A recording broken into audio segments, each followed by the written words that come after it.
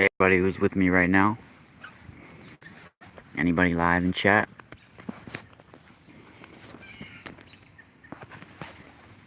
Hey, Laureen.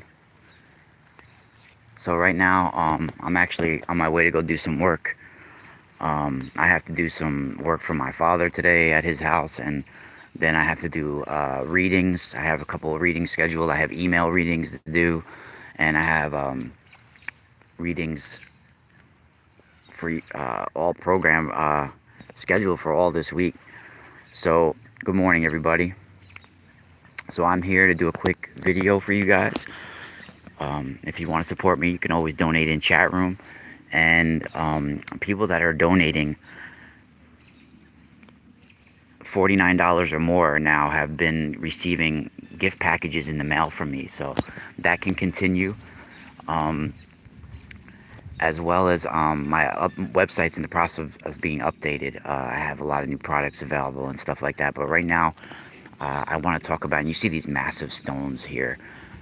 The whole area I'm on and live near is on ley lines, energetic ley lines. Very ancient area, and I have been researching and been a part of my life, my whole life. I've been intimately connected to the sacred grove near my house. And now the Vatican and the Catholic Church is in control of this energetic location, and they are maintaining this sacred site. You can see the deer right there. You can see these stone walls even go through my backyard. They are on all the ley lines of this area, and some of these are massive stones, that are very ancient, and they have the encoding of information that is timeless, that we can all access. So people that are interested in my readings in the chat room that are talking, and I have some very interesting information for you right now to share. And you see right there is the Black Madonna I've showed before. Isis. Malik, your package is in the mail too, brother. I actually have something else I want to send you to uh, Malik, that I forgot to add in your package. It's a Saint Benedict exorcism medal. I wanted to send you one of those. Ooh, look at chipmunk right there. Ooh, look at the little chippy.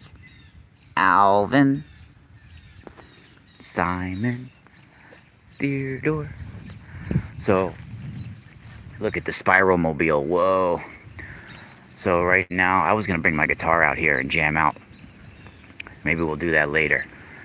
But forgot what I was gonna say real quick, where I was going before my reading. So if you're interested and you've want to know exactly how I do readings, so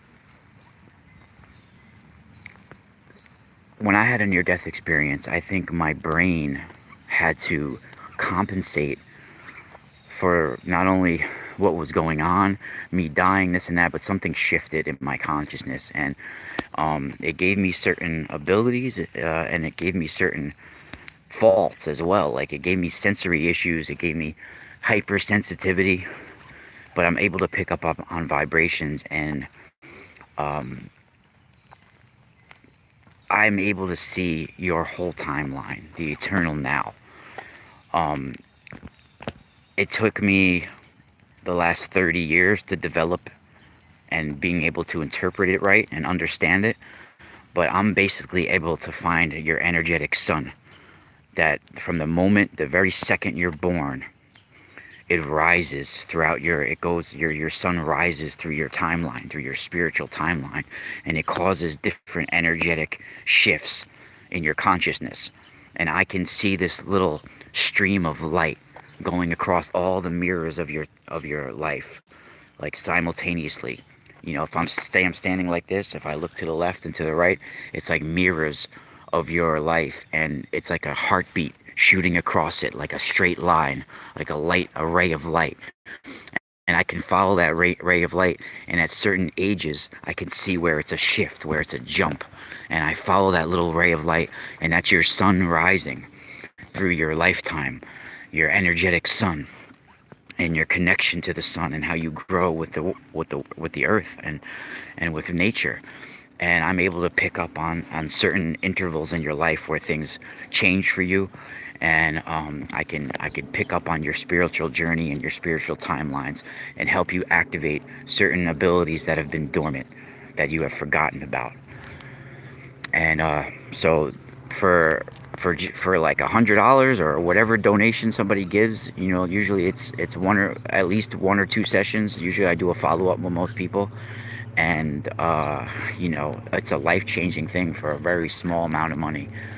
And for a long period of time I was doing them for free, but it was something I struggled with. But I mean, it's a lot of time and energy, and it's like a lifelong connection to the person as well. So it's a big thing. So you guys will see in the that's Don Bosco's house right there, made brick by brick over again. You guys have seen that before. So you guys have seen in the title of today's live chat how I mentioned Obelisks and the Vatican. Now I'm in the process of writing a book, and now that I see, I should sometimes I should be just quiet and not say anything, because now I'm seeing a lot of other people coming out with videos and research on on similar things. But you know what? It doesn't matter. I mean, people know my information's coming from me, and if people want to copy me, then that's fine, because they're gonna always have to try to follow me, and they're gonna see who came out with it first. Look at these stones, the way they're. Thanks, Lorene. Look at that. I mean, these massive stones. They're almost just as they're more amazing than the monument. Look at that stone right there. Look at that right there. Look at it. It's almost like it's pointing to the monument right there, almost like it's the head of something, some sort of fossil or something like that. I mean, these are giant mud fossils, most likely, most of them. So, oh yeah, the earthquake in Italy, the volcanoes are in Italy. I mean, I did a show last night about Mount Etna erupting and my opinions on that. Now, there's an ancient goddess called Ceres, who the whole of Sicily, the island of Sicily, everybody's DNA that is connected to Sicily or southern Italy or Greece or that whole area, their DNA has literally been imprinted and consecrated with the belief of the goddess Ceres, because she at one time entered into this realm through the volcano. Okay, she entered into this realm through Mount Etna. Now, there was a town called Enna, E-N-N-A, very long ago, and now it's called Castrogiovanni. Now, this is seen as the navel of the umbilical cord of Sicily, where gods enter in. Wait, there's something on top of the head of Mary right now. Is that a bird? Dude, that looks like a white dove on top of the head of Mary. What the hell? That is a white dove on the head of Mary.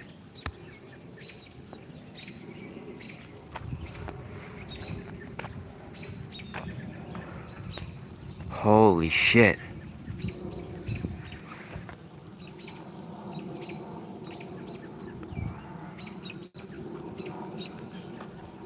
Isis and the white dove. And white dove is in all of sorcery and magic. It's associated even with Jesus. Whoa. Whoa, there's a fucking another bird that just tried to grab at it.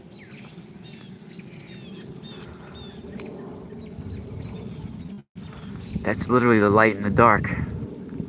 I'm trying to get closer before it flies away. But that is literally like a white dove. Something told me to stop here. Yeah, blue jays are crazy. They're like bastards, blue jays, man. They're pretty looking, but they'll fight with every bird. That is a big white bird. And white birds are rare, so this is not like common.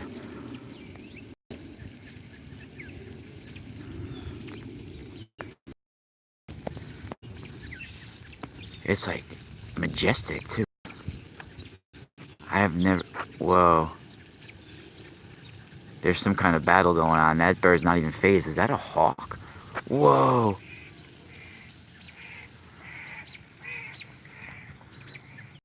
Oh my God, that's a hawk. That was a hawk. That was Horus on Isis. Dude, that was a hawk. Holy shit, it was a hawk. That was Horus with Osiris. That was Horus and Isis. Holy shit. I just had some sweet vibrations going through me right now. That was intense. You know, these are the spiritual omens that I'm talking about, people. And live video like this is the only place we can catch this. You know, my spirit was brought here. I was supposed to be at my dad's already. I ended up coming over here. Yes, Set was the blue jay. You know, and it was not even phased by that blue jay. It barely even turned around towards it. So what I wanted to talk about quick before I run, and wow, that I have the chills right now. I really do too. Like, I have, my whole body is it's standing up right now. I mean, that hawk was majestic. It came flying right at me too. Holy shit. I've never seen the hawk on top of Isis like that. That is Horus and Isis.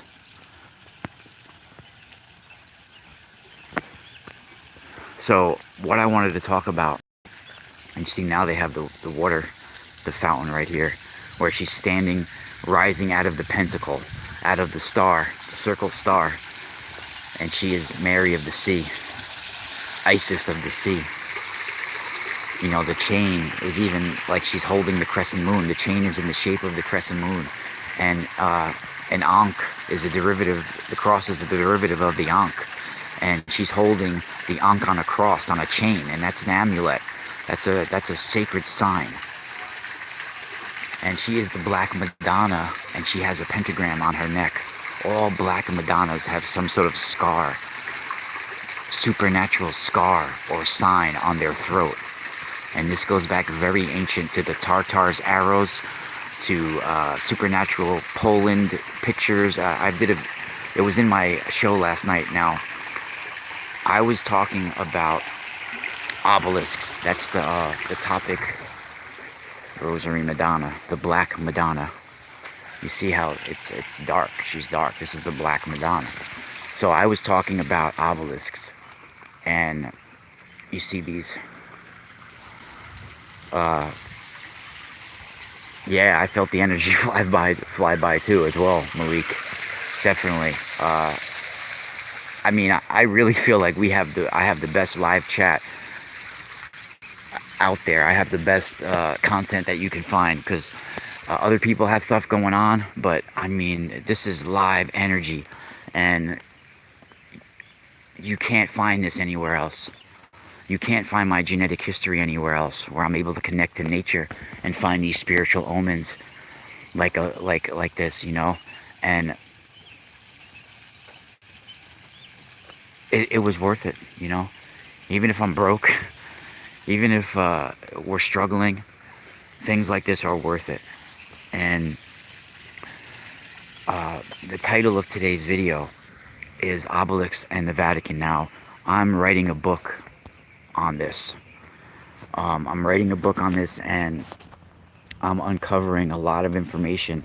You know, of course, the book is filled with facts, but it also has a lot of my spiritual theory involved with it as well.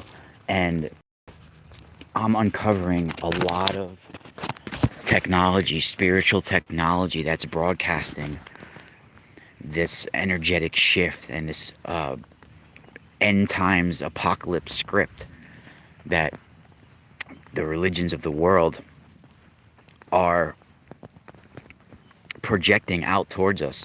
Excuse me.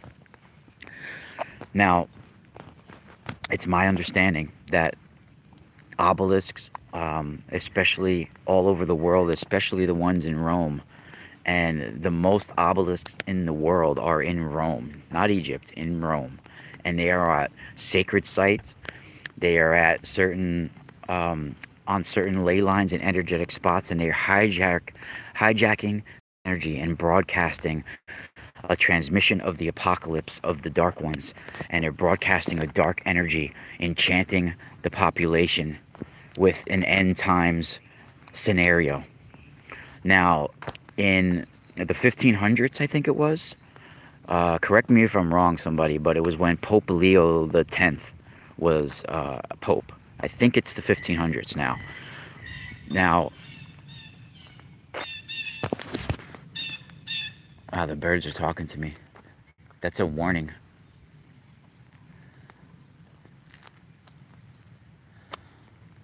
Something else is coming.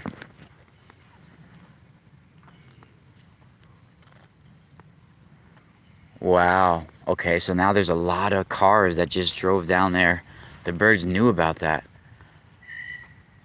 Yeah, see, I got a confirmation. One more.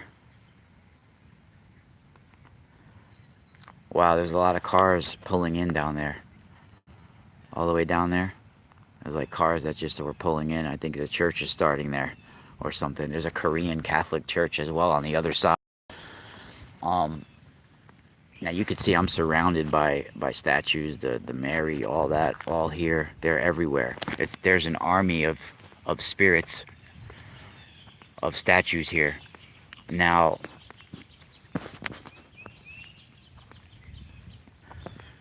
so how much? Yeah, I only got 8% battery left, so I can't walk into the woods. But let me finish what I was talking about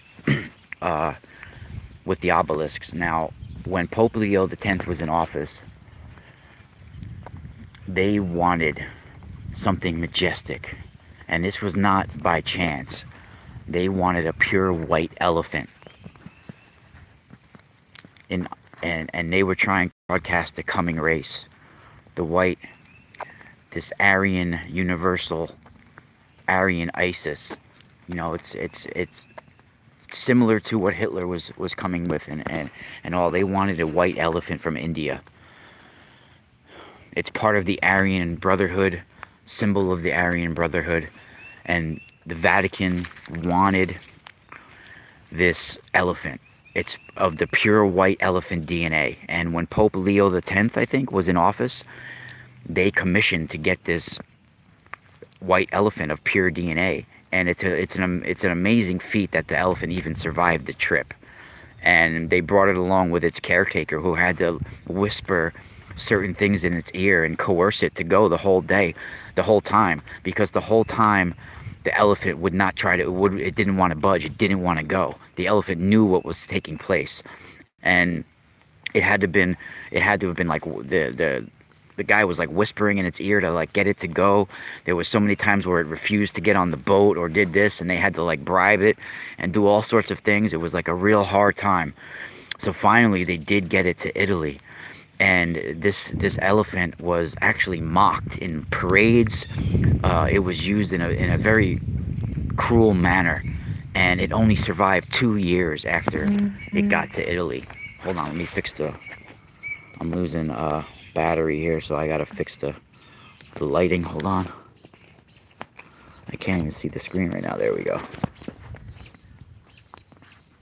So it only lasted 2 years after it got to Italy. The white elephant's name was Hanno, Hanno, Hanno, and you guys can look it up.